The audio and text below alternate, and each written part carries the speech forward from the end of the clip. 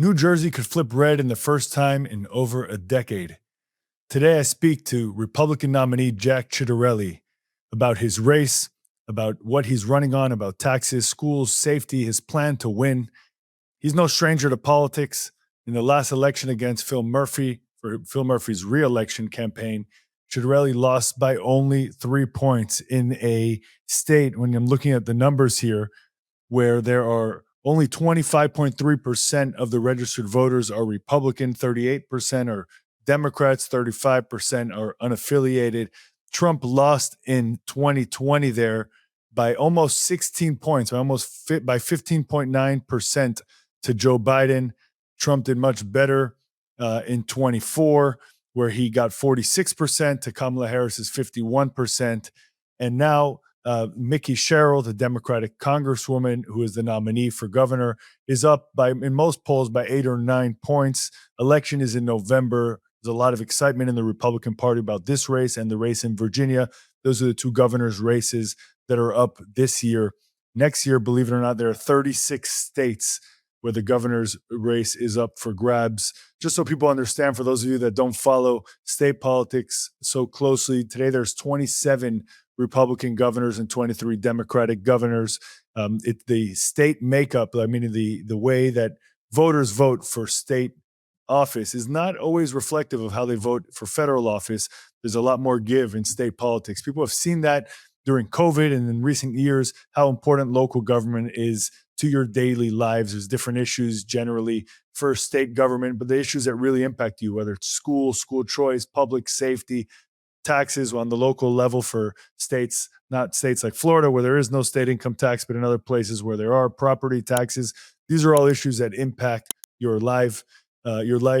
Jack Ciattarelli is no stranger to politics. He was a state assemblyman before. We're going to speak to him, get to know about him. He's a New Jersey resident, lifelong resident, as far as I know, small business owner, and really all eyes are on New Jersey. Super excited that Jack and his team reached out to join the podcast.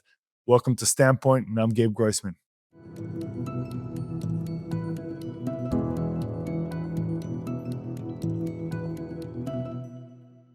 Jack Ciattarelli, thanks so much for joining us on Standpoint.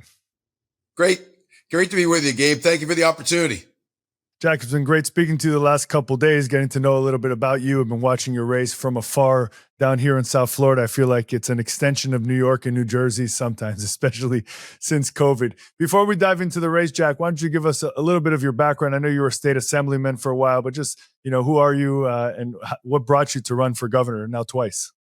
Well, first, let me say, Gabe, because you brought up Florida, I've often teased Ron DeSantis that if every former New Jerseyan that resides in Florida could vote for me, I'd win in a landslide. So, yeah, no, it's funny. On our end, we kind of have the opposite thing. We say, feel free to move to Florida, but just don't bring your voting record with you, right? That's a big thing we talk about here in Florida politics. But Jack, you're an original New Jersey guy. I hear you saying that, put a New Jersey guy in office. You tell us about that. Where'd you grow up?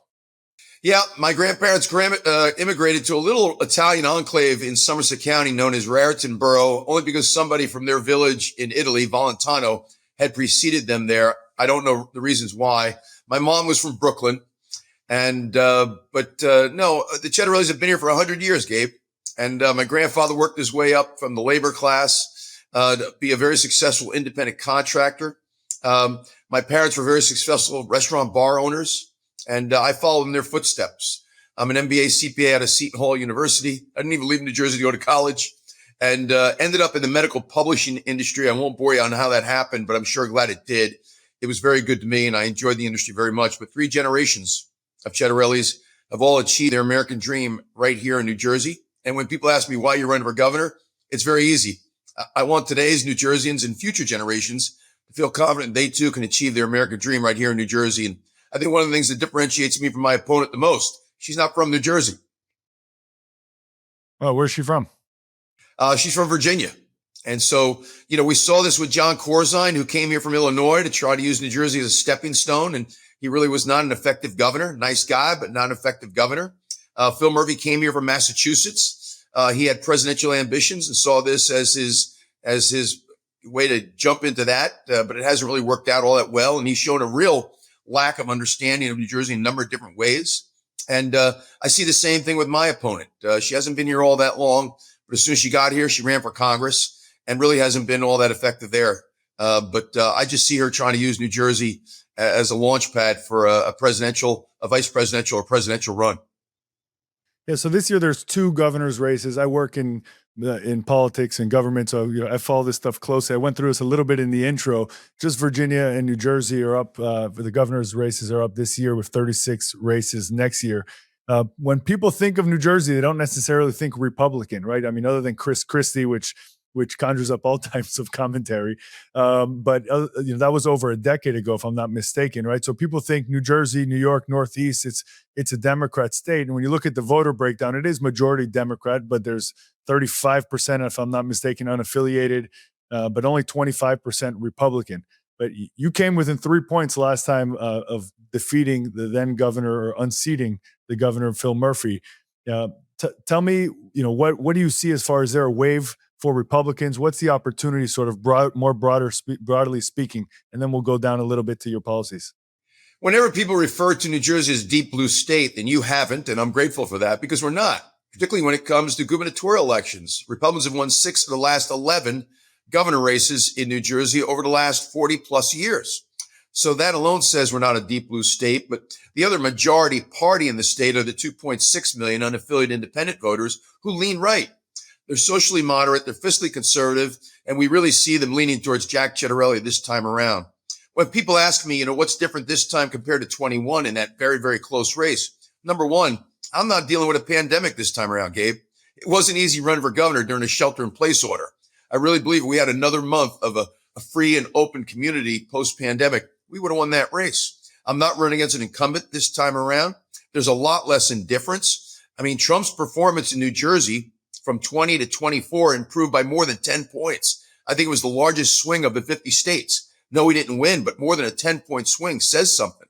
And then the closeness of my race was a real eye-opener.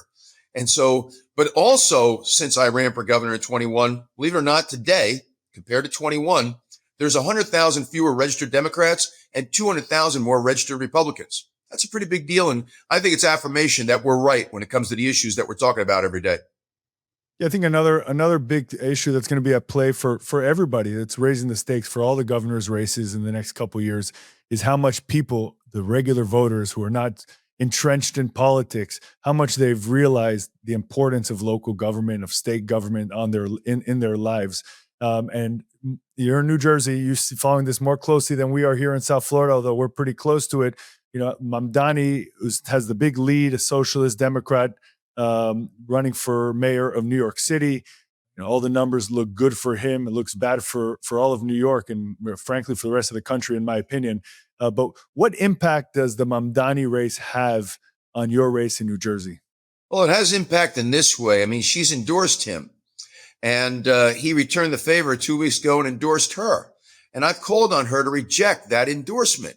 I mean, Josh Gottheimer is the Democratic congressman from North Jersey. He has denounced Mamdani. Josh Shapiro is the Democratic governor of Pennsylvania. He has denounced Mamdani. The guy spews nothing other than hate-fueled rhetoric. He has said that Israel as a Jewish state doesn't have a right to exist. There's other anti-Semitic things that have come out of his mouth. He's had some anti-Italian things come out of his mouth. He's anti-police. He called the 36,000 members of the NYPD a racist, anti-queer threat to the community. Now, anti-Semitism is at an all-time high. Nonviolent crime is through the roof.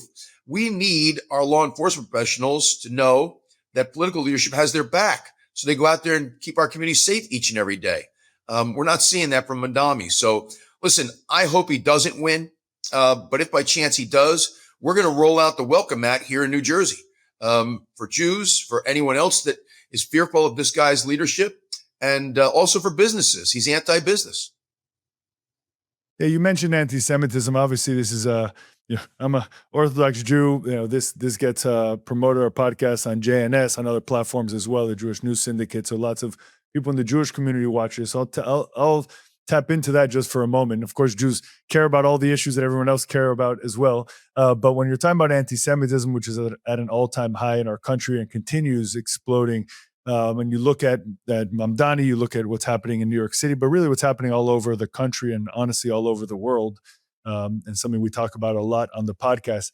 Mickey Sherrill, your opponent, the Democratic Congresswoman today, I studied her voting record, and the voting record is pretty okay when it comes to resolutions and things of that nature. But one thing that jumped out at me is something that I personally work on a lot, which is the IRA definition of anti-Semitism, the International Holocaust Remembrance Alliance definition. It's the standard, the gold standard of, if you need to define something, if you want to defeat it, so this is the definition of anti-Semitism. Has been adopted all over the place. Full disclosure, I'm the first mayor when I was mayor in the country to adopt it. She didn't vote no. She didn't have the guts to vote no. She voted present on that, which I think is all we kind of needed to say. How are you, first of all, going to deal with the rise of anti-Semitism in New Jersey? And two-part question. And how do you see Mickey Sherrill and how she would deal with it? Anti-Semitism across the country, as you said, is at an all-time high. And sadly, on a per capita basis, more anti-Semitism in New Jersey than any other state. I'm the first gubernatorial candidate to ever have a rabbi as part of his inner circle of advisors, Avi Richler, who helped coordinate my recent trip to Israel. I've supported all along the IHRA definition of anti-Semitism and want to put some real teeth behind it so there's legal consequence for those that engage in anti-Semitic acts. I'll have an advisory council on Jewish relations as governor, and I'll also appoint an attorney general and a superintendent of the state police who are sensitive to the concerns and needs of the Jewish community all across New Jersey. That includes the 21 county prosecutors, too, who I also appoint. I mean, that's the law enforcement community. It starts with the attorney general, and then it's the 21 county prosecutors, to whom all local police chiefs report. And so these are the things we need to do right out of the bat. And the other thing I think we need is a governor who's going to call out anti-Semitism when we see it and when we hear it. Call it out for what it is. And of course, making sure that our Jewish students on our college campuses feel safe and are safe. And so I'll work in partnership with our university college leadership to make sure that's the case as well. But I hear what you're saying. I mean, she has not supported the IHRA definition. And on some of the more other votes, let's put it this way, that impact New Jersey, it's a checkered past in terms of her voting record. Yeah, these issues are critical. Sometimes people think they're semantic. We have issues in the Republican Party with regards to the anti-Semitism definition as well, which we talk about on the show. I write about, it's something that's critical, especially at the state level, because for state government, particularly the governor, the role that you can play in actually keeping the community safe, just like the basics of life, right? Just safety, like being able to send your kids to school and not worry about anything. The governor plays such a key role on that. Whenever you dive into New Jersey and the issues in New Jersey, the number one issue that comes up is property taxes. Tell me about that. In Florida right now, there's a big push to eliminate property taxes. People aren't sure how that would even work, but at least that's where the energy is going. Governor DeSantis is trying to make some movement there, get some headway there. What's the landscape in New Jersey? How did it get there, and what can you do to fix it? Highest property tax in the nation. And here's what we could do to provide immediate relief. First of all, for our seniors who live with a great deal of insecurity that they can't live out their lives in the homes that they raise their families in. Number one, like Pennsylvania, let's make all retirement income tax free, right? All retirement income tax free. This way you get to keep more of your dollars. Number two, once you hit age 70, your property tax is frozen for life. Okay. Number three, let's allow you to deduct 100% of your property taxes on your New Jersey tax return. We don't do that. For young people who are trying to get a start here, and property taxes many times get in the way. For first-time home buyers, property taxes will be capped at 1% of the assessed value of the home. So my daughter and her husband, recently married a month ago, just bought their first home, $600,000. Property taxes are north of $15,000. Those property taxes will be capped at 1% of the assessed value of the home, or $6,000 for the first 5 years to help them get on their feet. And of course, we also need a new school funding formula. We need a more equitable distribution of state aid to our local school districts. That helps lower the property tax levy, which will lower property taxes. And of course, I'm very grateful to the president for adopting a budget that quadruples the SALT deduction. So now you can deduct up to $40,000 of property taxes on your federal tax return. That's a big deal. And my opponent voted no on that bill. Yeah, well, when you think of them of someone voting no on that bill from a Democratic state, it's very interesting. What's the goal? The goal is to take down the president over protecting the residents of your state. At least that's what it seems like. By the way, I'd welcome the opportunity to speak to her as well, because I think these are interesting and important topics that actually impact people's lives. Yeah. You mentioned schools and schooling. A big issue in the Jewish community and the religious communities in general is school choice. First of all, I think it shouldn't even be a religious issue. It should be just the ability for dollars to follow students. So if you're not going to be in the public school system, you could take those dollars and go somewhere else. And sometimes that's couched as a way to help the rich people, but it turns out rich people don't need that. What it is to give the opportunity to people of the middle class, for example, to afford to send their kids to private school. And we've seen in turn what actually happens is it improves the student-teacher ratio in public schools and makes the funding actually balance out. But what are we seeing in New Jersey, and what would you like to see to be able to actually fix the issues that you mentioned with regards to schooling? There's nothing more important than education, especially K through 12, as far as providing equal opportunity to all Americans. First, Gabe, kudos to you for sharing an insight that's easy to overlook. Who had a school choice? People who have the means, because they could send their kids to private school. Who doesn't have school choice? People who don't have the means. And when you look at the performance of our schools in our urban centers, take Newark, for example, where 80% of the kids in 8th grade are not on grade level for reading. Those families don't have a choice. And the Democrats always portray themselves as the party that takes better care of the minorities, and yet they won't give those families choice. I will give those families choice. When a school system entirely is failing in every way, okay, we need charter schools. But I also support vouchers like we've seen in Arizona, Ohio, and now Florida.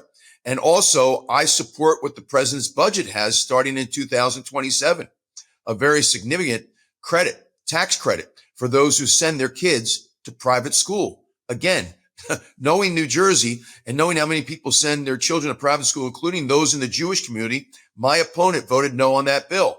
Hochul and Newsom in New York and California, respectively, have already said they will not opt in. I will. And yet my opponent is not saying anything about that. So we're going to provide school choice in a number of different ways here in New Jersey: vouchers, charter schools, and opting into that magnificent tax credit program in 2027 that's in the president's budget bill. Help us understand a little bit what's happening in the legislature in New Jersey. The legislature today is still majority Democrat. How does that look? A lot of the initiatives that you're talking about, some of them you could do from the governor's office. Obviously, leadership matters. You have the bully pulpit and executive orders and the ability to work with them. But what does that look like? Is there a possibility to swing the legislature Republican so you can actually get a lot of these things done? I'm excited about the possibility of a swing, and here's why.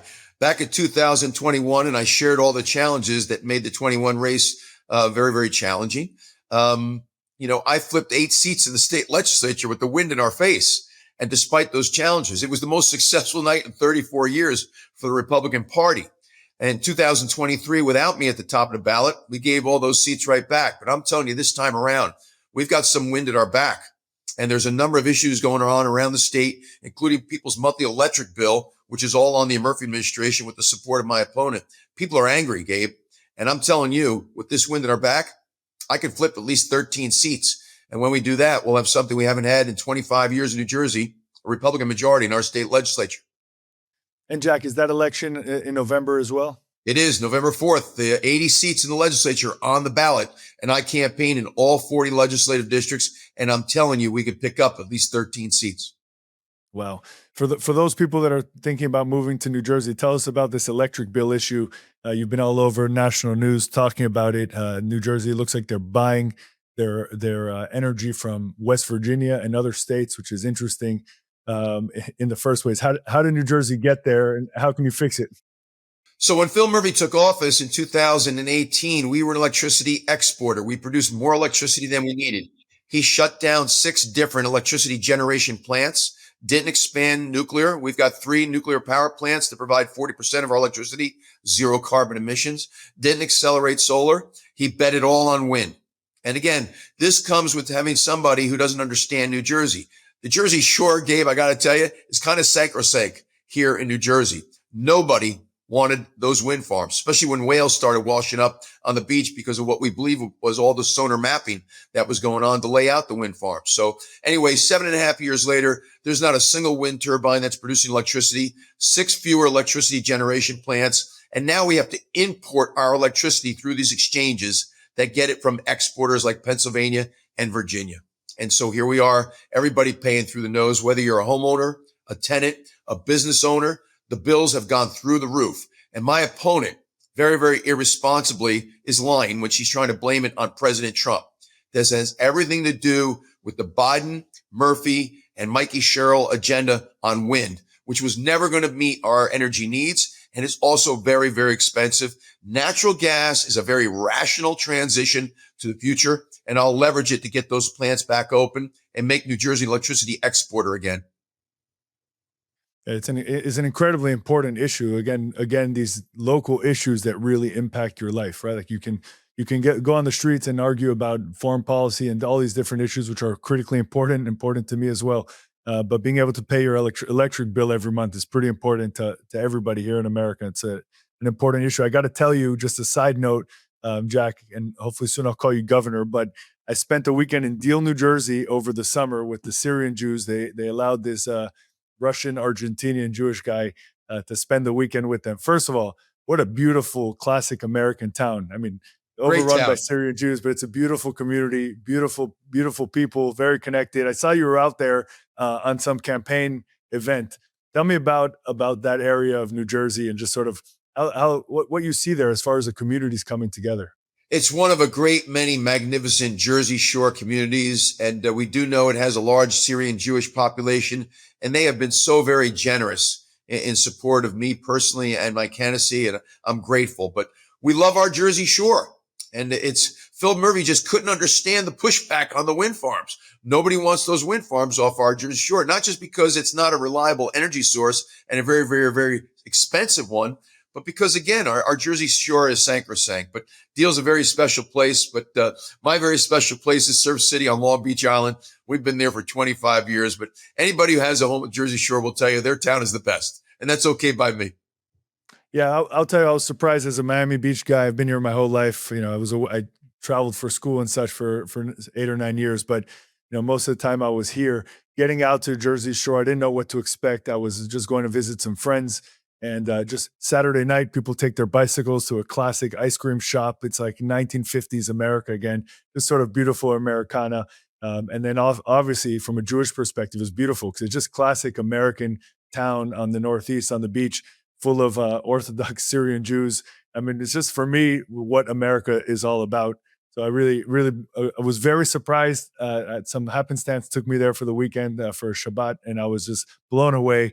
I wrote an article about it, sent it to friends. I just was just so excited about that, and just such a beautiful piece of New Jersey and American life. Jack, President Trump and his name and his impact has really played a big role. It seems to be playing a big role in the campaign, both on the positive and the negative. Your opponent, Mickey Sherrill, seems to bring him up often. I saw a clip of you saying that you could play a drinking game of every time that she mentions Trump's name, you take a shot and you'd be drunk as hell every single day of the week.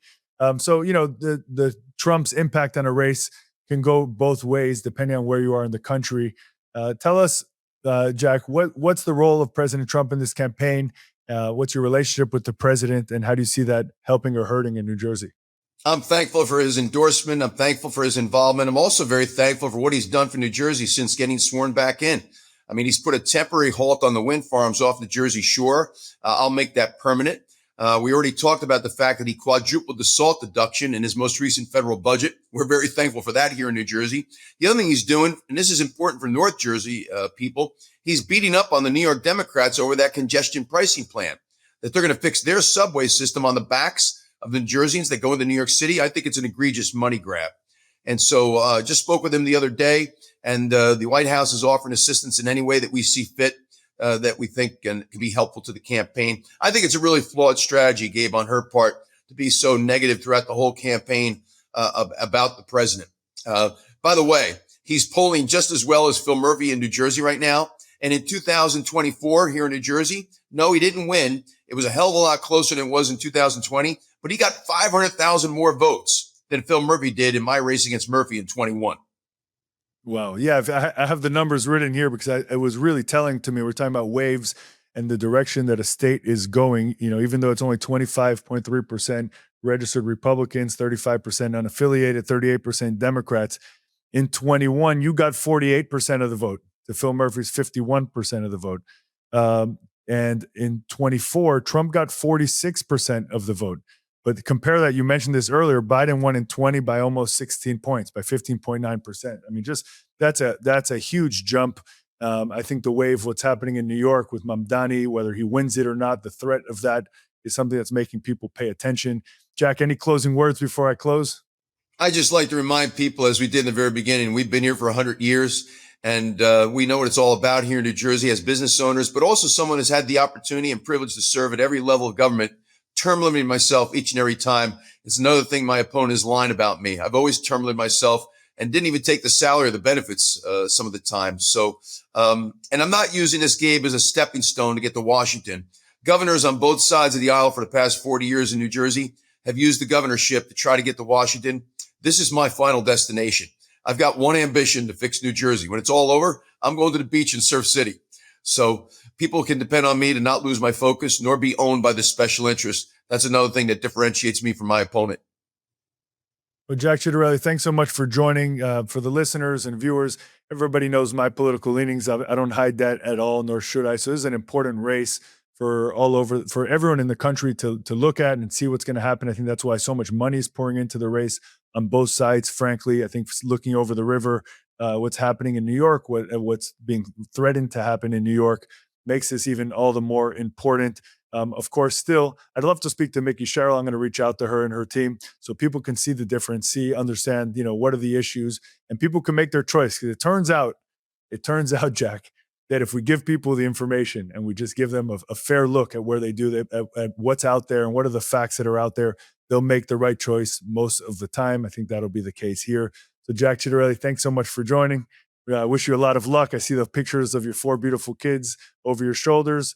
We joked about it before. I beat you with 5, but whatever. Those are good competitions. I think we all win if we're having that competition.